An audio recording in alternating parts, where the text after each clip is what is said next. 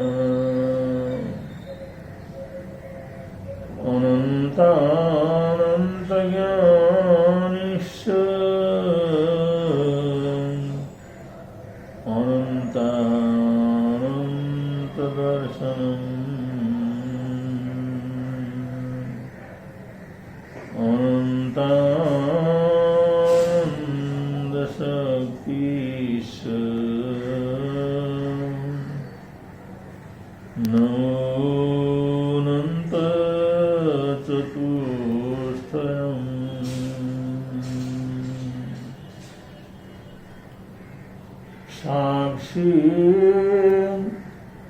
शैलेशि भावास्ते भेद विज्ञान संस्थिते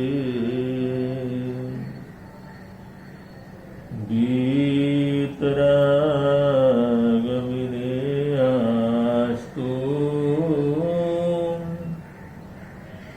अर्हताय नमो नमः अर्हताय नमो नमः।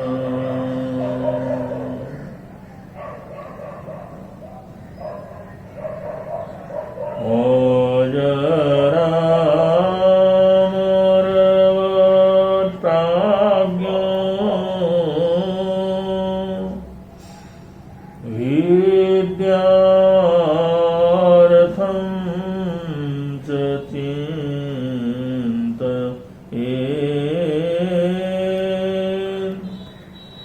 गृहीत इव केशेषु मृत्युना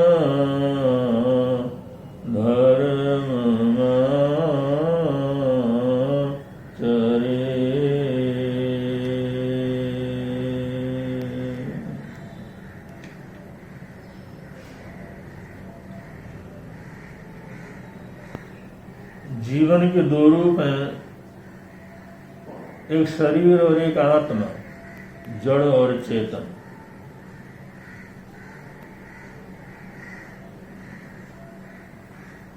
हमारे शरीर में या सारे जगत में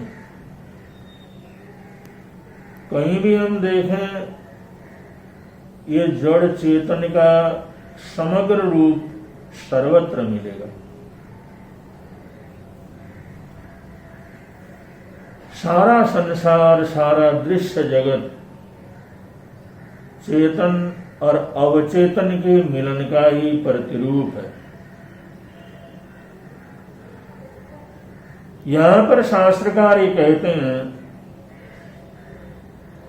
अजरा मरगत प्राज्ञों, कि हम अजर अमर हैं ऐसा समझते हुए, प्राज्ञ पुरुष जो समझदार हैं, विवेकी हैं, बुद्धिमान है, जो प्राज्ञ है, वो अजरा मरगत माने मैं अजर अमर हूं ऐसा सोचते हुए विद्या अर्थम च चिंतित, विद्या और अर्थ को ग्रहण करना चाहिए। ये बड़ी गहरी बात कही गई है। अजरा मरगत प्राज्ञों, कि मैं अजर अमर हूं ऐसा सोचते हुए विद्या और अर्थ को संचित करना चाहिए, संग्रह करना चाहिए। क्योंकि अगर देखा जाए दुनिया के अंदर अर्थ का ही बड़ा महत्व है। अर्थ के बिना, धन दौलत के बिना, समृद्धि के बिना जीवन चल नहीं सकता। चाहे वो व्यक्तिगत जीवन हो, चाहे पारिवारिक जीवन हो, सामाजिक जीवन हो, राष्ट्रीय धरातल पर हम सोचें, लेकिन बिना दौलत के, बिना वैभव के इस दुनिया की कल्पना नहीं की जा सकती। सब साधन चाहिए। और क्योंकि हम शरीर में जीते हैं और शरीर में जीते हैं तो उसको भूख को शांत करने के लिए अन्न पानी चाहिए, सर्दी गर्मी के लिए बचने के लिए उसको वस्त्र आदि की जरूरत होती है और साधनों की जरूरत होती है, सुरक्षित रहने के लिए घर की और समाज की जरूरत होती है। तो ये सारी जरूरतें, ये जो विद्या और अर्थ और विद्या, विद्या और अर्थ, ये दोनों ही बड़ी उपलब्धियां हैं जीवन के लिए, बड़े साधन हैं, अद्भुत साधन है, हर क्षण काम आने वाले साधन है। इसलिए यहां पर शास्त्रकार ये कहते हैं कि अजरा अमरवत प्राज्ञों, नीतिकार ये कहते हैं कि मैं अजर अमर हूं ऐसा समझते हुए, मैं अजर और अमर हूं, हमेशा मैंने रहना, ऐसा समझते हुए विद्याम अर्थम च चिंतित, विद्या और अर्थ को उपलब्ध करना चाहिए।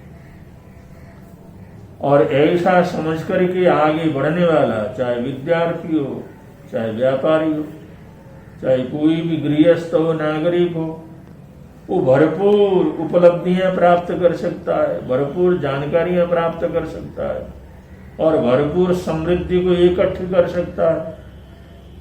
और दूसरा पक्ष इसमें कहा है कि गृहीत इव केशेषु,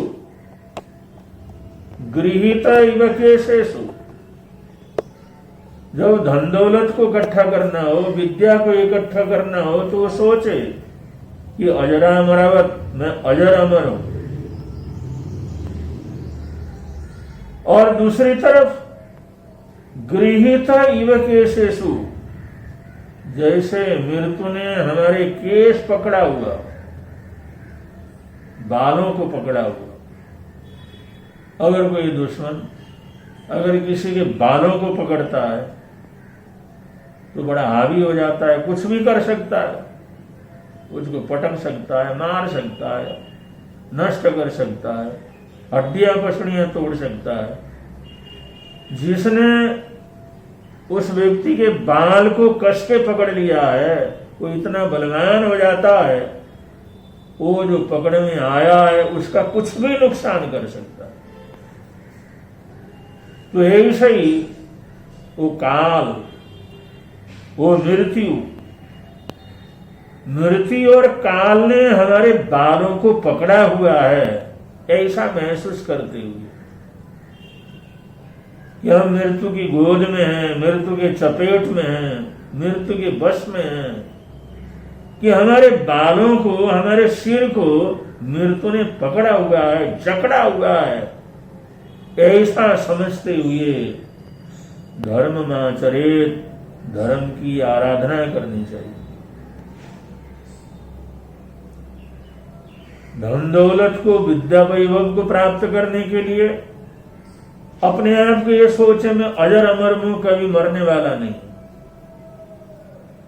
और जब धर्म ज्ञान का आता है तो किसी भी क्षण ऐसा समय आए तो जैसे हम मृत्यु की गोद में पड़े हुए हैं और मृत्यु ने कस करके हमारे बालों को पकड़ा हुआ है, ऐसे उसकी अधीनता में है, उसके चपेट में है, ऐसा समझ करके जितना भी हो सके, जितनी अच्छी तरह से हो सके, जितनी एकाग्रता से हो सके, धर्म की आराधना करनी चाहिए। तो यहाँ पर दो पक्ष बड़े सुंदर सामने रखे गए हैं। दुनिया में रहते हैं, दुनिया का काम करते हैं तो किस भाव के साथ करें, और धर्म ज्ञान आराधना, कोई भी धार्मिक कार्य हम करते हैं तो उसमें किस भावना के साथ करें, ये सोच अगर हमारे जीवन के अंदर है, ये दोनों सोच साथ साथ में चलते रहें तो ये बड़े अद्भुत जीवन का निर्माण होता है। एक ऐसे जीवन का निर्माण होता है जिसकी कोई कल्पना भी नहीं कर सकते। और इसमें दोनों बातें बड़ी आवश्यक बतलाई गई कि आदमी को धन दौलत की भी आवश्यकता पड़ती है, तो उससे ज्यादा धर्मज्ञान की आवश्यकता है, और जितनी ज्यादा धर्मज्ञान की आवश्यकता है उतना ही धन दौलत की आवश्यकता है।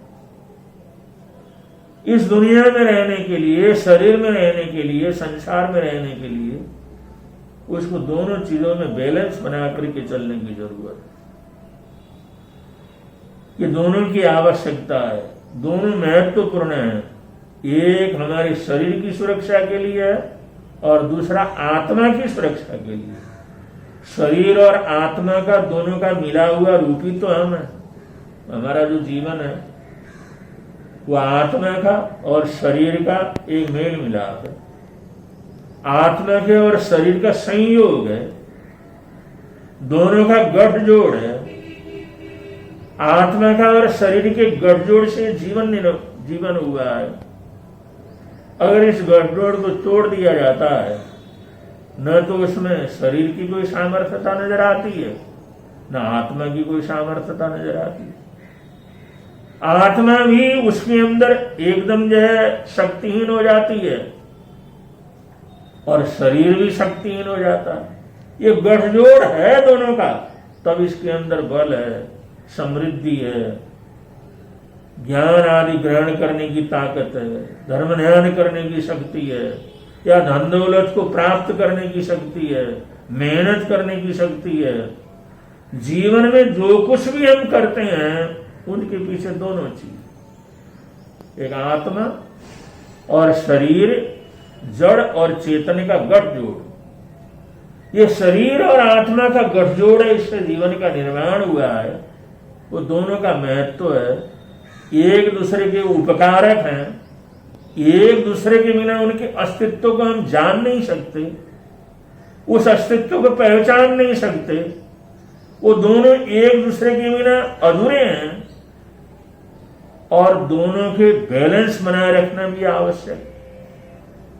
उस बैलेंस को बनाए रखने के लिए, उस संभाव को बनाए रखने के लिए, उस स्थिति को बनाए रखने के लिए जिससे कि हम शरीर से भी महत्वपूर्ण रह सकें और आत्मा से भी महत्वपूर्ण हो सके। हमारा शारीरिक बल भी कम न हो और आध्यात्म बल भी कम न हो, और दोनों बल मिलेंगे, दोनों तेज मिलेंगे, दोनों शक्तियां मिलेंगी, तो ऐसी ऊर्जा पैदा होगी, ऐसी ऊर्जा का निर्माण होगा जिससे जीवन दैदिप्यमान बनेगा और जीवन में कुछ भी कर सके। यहां तक कि मोक्ष की प्राप्ति के लिए, ऊर्ध्वलोक के अंदर जाने के लिए, जीवन की सर्वोच्च आध्यात्मिक स्थिति को प्राप्त करने के लिए भी बलवान शरीर का, ताकतवर शरीर का, अद्भुत शरीर का मिलना जरूरी है। वज्रसम नारा संघान मिले बगैर कोई मोक्ष को प्राप्त नहीं कर सकता। और वज्रसम नारा संघान, जो हमारे शरीर का बनावट ऐसा है जो अद्भुत है, आश्चर्यजनक है, सर्वोत्कृष्ट है, सर्वथा बलशाली है, सर्व बलशाली है, सब कुछ हजम करने की ताकत रख जाता है, ऐसा स्ट्रक्चर जिसको वज्र सब नाराज संज्ञान कहते हैं। ऐसे संज्ञान के बिना, ऐसे बलवान शरीर के बिना, समृद्धि संपन्न शरीर के बिना, सर्वथा सभी तरह से स्वस्थ शरीर के बिना कोई व्यक्ति मोक्ष की भी कल्पना नहीं कर सकता, वो मोक्ष में नहीं जा सकता। इसलिए जहां शरीर का महत्व है वहीं आत्मा का महत्व है, और जैसा आत्मा का महत्व है वैसा शरीर का महत्व है। इस एक वास्तविक जो धरातल के अंदर बात है, जो हमारे सामने है, उसको शास्त्रकार यहाँ पर प्रकट कर रहे हैं। अजरामरवद प्राज्ञो विद्यार्थम च चिंतेत और गृहीत इव केशेषु मृत्युना धर्म नाचरेत। उसको बड़े लगन से विद्या और धन को भी प्राप्त करना चाहिए और बड़े लगन के साथ वो धर्म की आराधना भी उसको करनी चाहिए। अगर ये दो ही चीज सही ढंग से अगर करता है तब ये जीवन में सफलता प्राप्त कर सकता है। परम गौर तपस्वी न्यायचंद महाराज साहब, जो अपने समय के सुलझे हुए विचार और कठोर तपस्वी हुए। एक तो महान तपस्वी थे और वो तपस्या का कोई साइड इफेक्ट उनके जीवन के अंदर नहीं था। जैसे तपस्या करते हैं तो उसमें झंझुलाहट पैदा होती है, जरा क्रोध की प्रवृत्ति बढ़ती है, असहनशीलता बढ़ती है, लेकिन उनके जीवन में ये कोई चीज नहीं थी। तो तपस्या का जो भी साइड इफेक्ट होता है वो उनके जीवन के अंदर बिल्कुल भी नहीं था। और इतने उग्र तपस्वी होने के बाद, इतने महान तपस्वी होने के बाद इतनी शांति और इतनी विनम्रता और इतनी सहजता और इतना उत्तेजना से अपने आप को बिल्कुल अलग रखना, ये बड़ा कठिन काम। वो महापुरुष वास्तव में हमारे सोच से कुछ बहुत दूर थे। उनको देख करके उनके शरीर को देख सकते थे, लेकिन उनकी आत्मा कितनी ऊंची उठी हुई है, वो कितने ऊंचे उठे हुए हैं, ये हम कल्पना नहीं कर सकते थे। ऐसी आत्मा थी, ऐसे अद्भुत व्यक्तित्व था घोर तपस्वी श्री निहाल चंद जी महाराज साहब। वो अद्भुत महान विद्वान, महान विचारक, महानतम उपदेशक थे, और कहां किसको किस तरह से समझाना है ये उनको सब कुछ पता है। उन्होंने उपदेश के द्वारा, संदेश के द्वारा हजारों लाखों लाखों लोगों का कल्याण किया। संपर्क में आने वाले राजाओं को बदला, महाराजाओं को बदला, मंत्री आदि जो नवाबों को उन्होंने बदला। उन्होंने गरीब से गरीब परिवार के लोगों को बदला। जैन और जैनेतर सभी समाज में उनकी अपरंपार प्रतिष्ठा थी। जैसे जैन समाज के अंदर उनकी प्रतिष्ठा थी, वैसे अजैन समाज के अंदर, जैनेतर समाज के अंदर भी उनकी बड़ी भारी प्रतिष्ठा थी। महान प्रतिष्ठित पुरुष थे, क्योंकि उन्होंने अपनी आत्मा को, अपने जीवन को ऐसी प्रतिष्ठा दी थी जैसे कि एक पत्थर को प्रतिष्ठा देकर के भगवान का रूप दिया जाता है। ये तो चैतन्य जीवन को उन्होंने अपने जीवन से प्रतिष्ठा प्रदान की। इसलिए उनका जीवन सभी मर्यादाओं, सभी मर्यादा रेखाओं से बाहर था। उसको हम किसी शब्द की रेखा में, किसी सोच की रेखा में, किसी चिंतन की रेखा में उनको बांध नहीं सकते। उनका जीवन इतना विराट, ऐसे विराट व्यक्तित्व को धारण करने वाले, ऐसे अद्भुत जीवन को जीने वाले थे परम घोर तपस्वी स्वामी श्री निहाल चंद जी महाराज साहब। उनके जीवन की घटनाओं को पढ़ते हैं, उनके जीवन के चमत्कारिक उन प्रसंगों को पढ़ते हैं, तो बड़ा आश्चर्य होता है। क्या एक मनुष्य के अंदर इतनी ताकत हो सकती? क्या एक जैन साधु में इतनी शक्तियां हो सकती हैं? क्या ये वर्तमान समय के अंदर एक तपस्वी इतना महान हो सकता और इतने आश्चर्यजनक शक्तियों का मालिक हो सकता और इतनी ऊंचाई तक अपने जीवन को लेकर के जा सकता?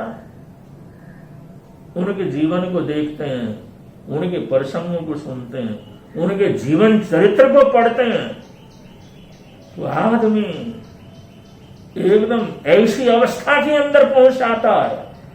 वो सोचता है क्या है क्या नहीं है, हम क्या सोचते हैं, ये क्या चीज है। लगातार आश्चर्य से अभिभूत होता चला जाता। उनके हर प्रसंग के अंदर एक आश्चर्य, अद्भुत आश्चर्य, और वो सत्य है। सबसे बड़ी बात तो ये, तो ऐसा जीवन जीने वाले परम घोर तपस्वी स्वामी श्री निहाल चंद जी महाराज साहब, वो हमेशा फरमाया करते, धर्म के साथ साथ धन की भी जरूरत है। हम धन की निंदा नहीं कर सकते। धन वैभव ये भी उतना ही महत्वपूर्ण है जितना कि धर्म महत्वपूर्ण है। क्योंकि अगर कोई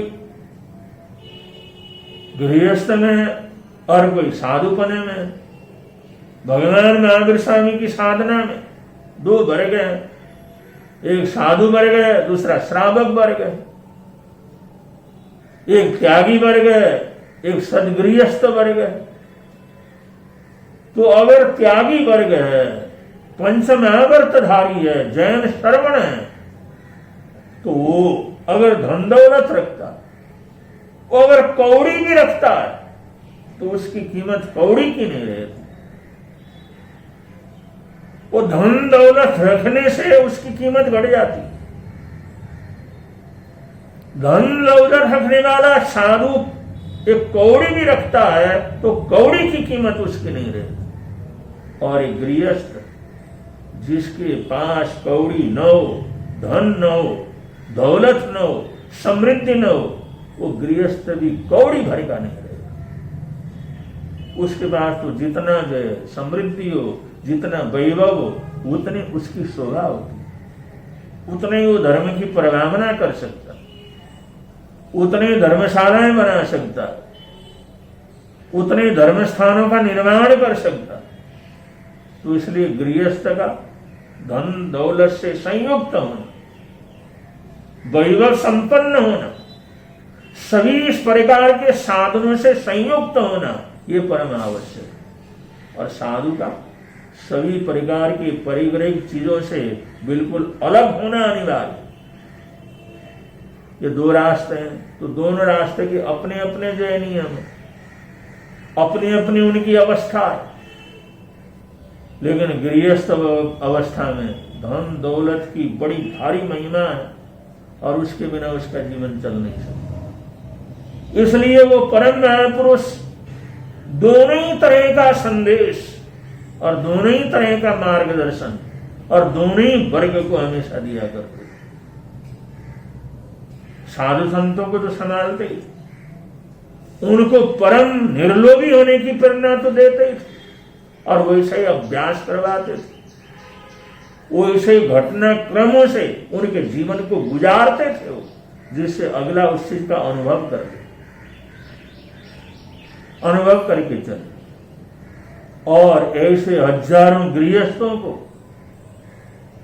उन्होंने ये आवश्यकता महसूस करवाई थी कि तुम्हारे पास दो पैसे हैं, तुम्हारे पास साधन है, तभी तुम श्रावक हो, तभी तुम सदगृहस्थ हो, तभी तुम अपने कर्तव्य का पालन कर सकते हो। ये भी उनको अनुभव करवाया। आदत क्या, जैसे गुरुदेव तपस्वी जी कहीं बाहर जाते थे,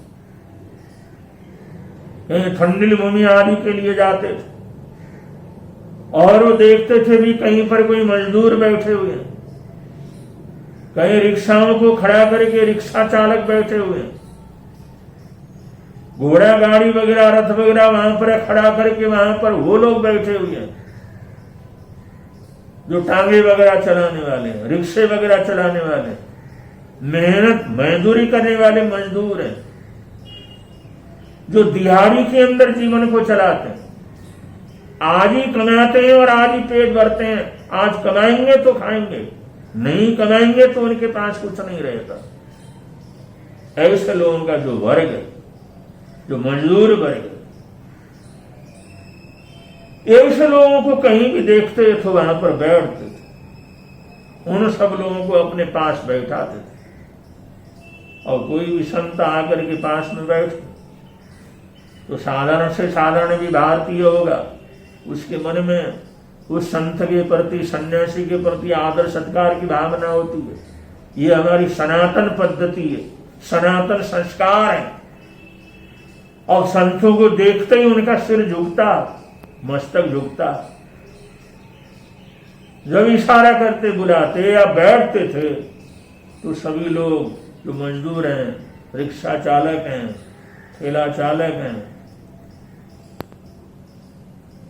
या जो टांगे वगैरह चला करके गुजारा करने वाले हैं, वो आकर के बैठते, कुछ बातचीत कर लेते, और बातचीत करने के बाद कुछ आशीर्वाद के बाद पूछते थे, जानकारी लेते थे, भाई तुम्हारे को रोज की क्या कमाई होती, इतना मेहनत करते हो, परिश्रम करते हो, सुबह से शाम तक रहते हो, कमाई क्या होती। और उस जमाने में जब आराध्य गुरुदेव विराजमान थे, वो विचरण कर रहे थे, तब एक एक पैसे की कीमत थी। उस समय तो बड़े बड़े नौकरी वालों को भी पैसे के हिसाब से या सिर्फ रुपया के हिसाब से उनको तनख्वाह मिलती। अगर ये पैसे कमाने से गुजारा हो जाता था, रुपया कमाने की भी जरूरत नहीं पड़ती, आने के ऊपर चलता था, 1 आना 2 आना 4 आना, और आने कमाए तो आनों से घर आराम से घर पर चलता था, जरूरतें पूरी हो जाती, रुपया खर्च करने की भी जरूरत नहीं पड़ती। उस जमाने में जब रुपया खर्च करना एक बहुत बड़े परिवार की, समृद्धि परिवार की, एक राष्ट्रीय परिवार का पहचान हुआ करता। वो लोग कहते 1 आना कमा लेते हैं, 2 आना कमा लेते हैं, या कभी कभी ऐसी पुण्यवानी जगी, ऐसा कुछ हुआ, ऐसा कुछ पुण्यवानी का उदय हुआ तो 1 रुपया तक कमा ले लेते। कोई ऐसा देने वाला मिला, कोई प्रसन्न हुआ, हमारी मेहनत से उसके आत्मा को तसल्ली मिली, कभी कभी 1 रुपया तक भी हमारा हो जाता है। तो तपस्वी निहालचंद जी महाराज साहब कहते थे, रुपया से पहले 1 आना 2 आना 4 आना उसकी बात मैं नहीं करता, लेकिन तुम्हारी पुण्यवानी बढ़े, तुम्हारी मेहनत कायम आ जाए, और तुम्हारे को 1 रुपया अगर मिल जाए, 1 रुपये की अगर कमाई हो, तो उसमें से 1 पैसा जरूर उसमें से बाहर निकालना। मजदूर सोचते भाई क्या बात। अगर ये उन्होंने एक जोर दे करके कहना, अगर तुम्हारे को कभी अब आना 2 आना हुआ तो तुम खर्च करोगे, उसमें से क्या निकालोगे, लेकिन अगर 1 रुपया तुम्हारा मुनाफा हो गया, 1 रुपया की तुम्हारी कमाई हो गई, तो 1 रुपया की कमाई में 1 पैसा का तो कोई मूल्य नहीं रहता। 1 पैसा तो क्या जो है उसका कोई बहुत बड़ा हिसाब लगाया जाता है। उन्होंने कहा नहीं, रुपया के अंदर है तो उसमें 1 पैसे की क्या कीमत है। तो उन्होंने कहा देखो, 1 रुपया अगर तुम कमाओ तो उसमें से 1 पैसा जरूर निकालना। फिर गुरुदेव को पूछते, फिर उस पैसे का क्या करना गुरुदेव?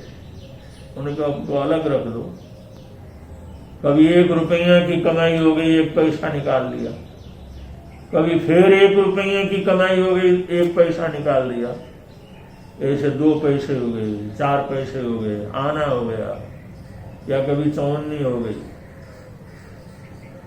तो ऐसा होने पर अगर कोई गरीब, अगर कोई जरूरतमंद है, तुम्हारे से भी तकलीफ में, भूखा, किसी को दवाई की जरूरत, किसी को वस्त्र की जरूरत, बेचारा बेहाल, ऐसा तुम्हारे को लगे उसको देख करके अरे इसकी क्या हालात, जिस हालात में तुम रहते हो, और तुम्हें भी ऐसा लगे अरे इसकी कितनी बुरी हालात है, तो उन लोगों के ऊपर वो पैसा खर्च कर देते।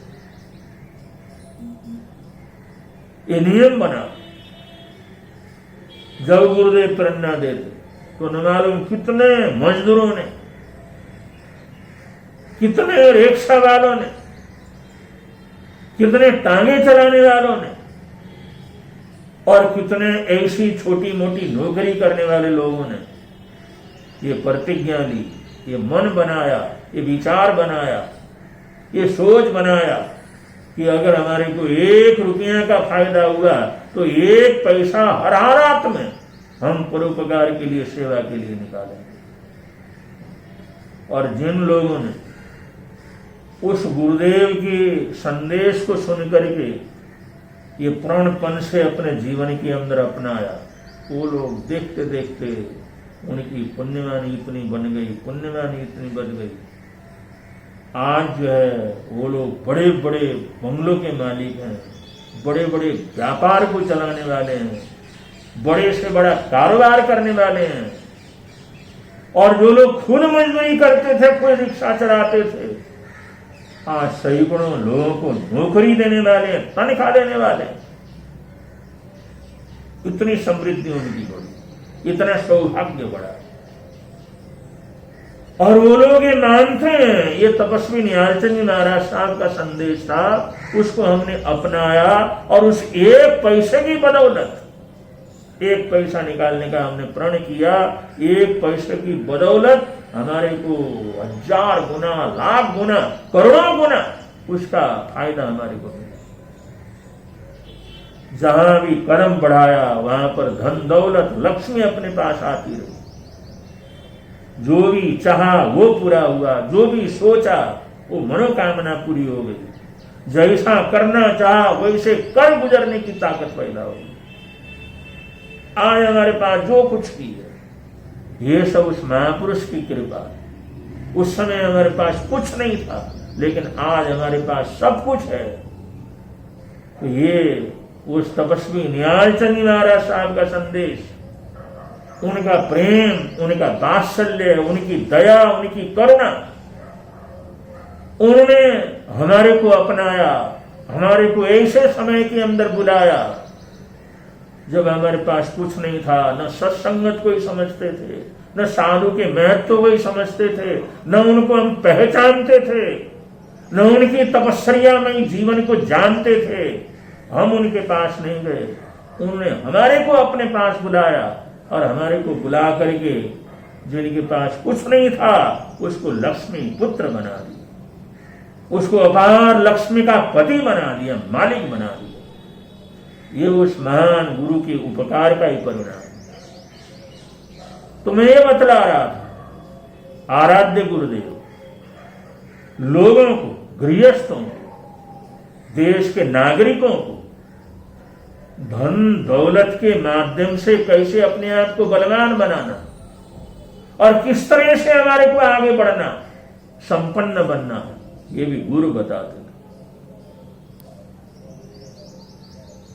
और उनको आध्यात्म से भी जोड़े रखते थे, क्योंकि दान करना, पुण्य करना, देना, बांटना, बांट के खाना, ये आत्म वैभव की तरफ आता। क्योंकि जब तक हमारी मानसिकता अच्छी न हो, हमारे विचार अच्छे न हो, हम प्राणी मात्र के प्रति दया करुणा न रखते हो, हमारी दया करुणा क्षमा की प्रवृत्ति हमारे जीवन के अंदर न बढ़े, तो हम दान नहीं कर सकते। तब हम अपने अधिकार की चीज किसी को बांट नहीं सकते, अपने खून पसीना की चीज दूसरे के हित के लिए त्याग नहीं कर सकते। अगर एक आदमी धन को कमाते हुए, वैभव को प्राप्त करते हुए, विद्या धन, धन दौलत प्राप्त करते हुए अगर थोड़ा सा बांटने की वृत्ति रखता है, दान की वृत्ति रखता है, उसका सदुपयोग करने की वृत्ति रखता है, उसमें से कुछ अंश निकालता है ये सोच करके आज मेरे को फायदा हुआ है तो इसमें से कुछ न कुछ मैंने परोपकार के लिए लगाना है, तो ये सोच, ये आत्मा को बलवान बनाने वाली सोच है, ये आत्मा को मजबूत करने वाली सोच है, आत्म गुणों का विकास करने वाली सोच है।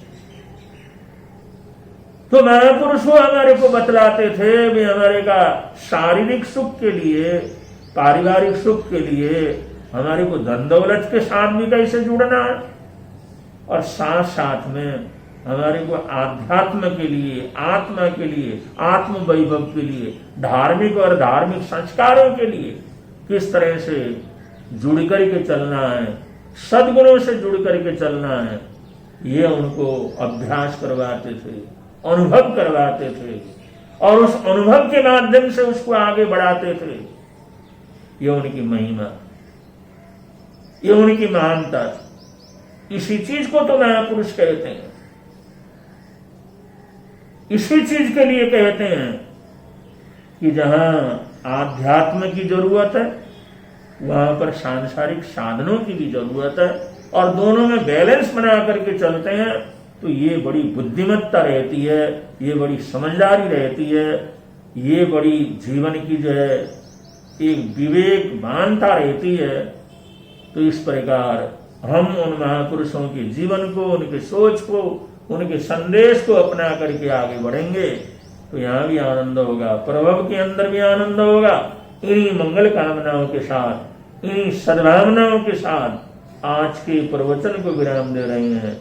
बोलिए भगवान महावीर स्वामी की जय।